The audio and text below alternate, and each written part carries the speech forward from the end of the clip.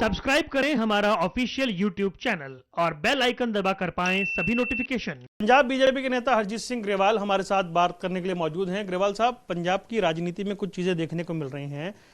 कांग्रेस के नेता ये कह रहे हैं कि कैप्टन अमरिंदर सिंह की बीजेपी से सांठगांठ थी और वो लगातार बीजेपी की बोली बोल रहे हैं। ऐसा है कि वो किस आधार पे कह रहे हैं, निराधार बात है उनकी।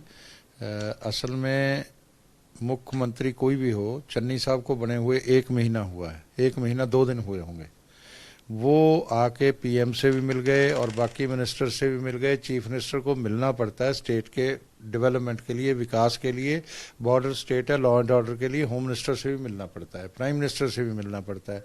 जब वो मिलके गए हैं तो फिर इसका मतलब चन्नी साहब भी हमारे से मिले हुए हैं बीजेपी से, तो ये तो मुख्यमंत्री को, कोई भी मुख्यमंत्री होगा उसको मिलना पड़ेगा।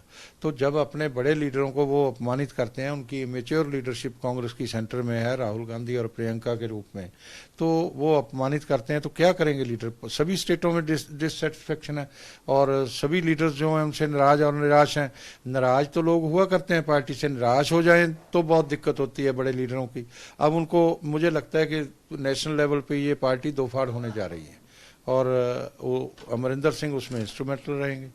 लेकिन जिस तरह से कैप्टन अमरिंदर सिंह ने नई पार्टी बनाने की बात की और जिस तरह से बीजेपी के साथ सीट शेयरिंग जैसे विषय की संभावना की बात हुई, उसके बाद तो और ज्यादा अग्रेसिव हो गए हैं वो सभी।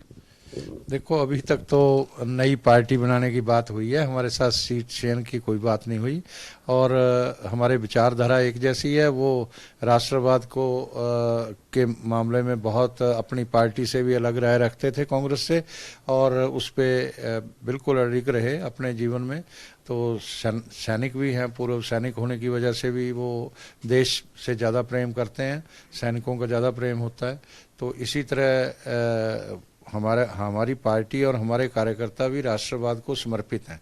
तो हम विचारधारक रूप में एक दूसरे के बहुत नज़दीक हैं, करीब हैं, तो उसमें कोई ऐसी बात नहीं है। इसी पे तो कांग्रेस कह रही है ना पहले से मिली भगत थी। नहीं, पहले से मिली भगत, अगर राष्ट्रवादी होना कोई बुरी बात है कांग्रेस से पूछो, राष्ट्र विरोधी होना चाहिए। अब पाकिस्तान बाद में बोलता है, राहुल गांधी वो बात पहले बोल देते हैं। चाइना बाद में बोलता है, राहुल गांधी पहले बोलते हैं। सेना पे भी सवाल उठाते हैं। ये कोई कांग्रेस का इस तरह का चरित्र है ये?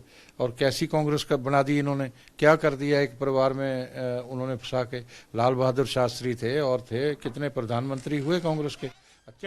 क्या किसानी मुद्दा सुलझने जा रहा है सर? जिस तरह से कैप्टन अमरिंदर सिंह के ट्वीट भी संकेत दे रहे हैं, कुछ ऐसा है क्या कि मामला सुलझ जाए? किसानी मुद्दा तो सुलझना चाहिए, इसको जो है ज़रूर सुलझेगा। सरकार भी चाहती है इसको सुलझाना, पहले से ही चाहती है।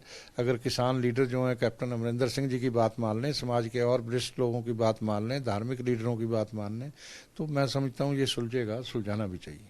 अच्छा, एक वाकया हुआ लखीमपुर खीरी में, बीजेपी का एक वर्कर मारा गया, योगेंद्र यादव वहां चले गए उनके घर और उनको सस्पेंड कर दिया। ये किसान लीडरों की ये जो आंदोलन है ना, ये किसानों का आंदोलन नहीं है, किसान जथेबंदियों का है, ऑर्गेनाइजेशंस का है। इन ऑर्गेनाइजेशंस के जो लीडर हैं वो सियासी विचारधारा से प्रेरित हैं, किसान नहीं है।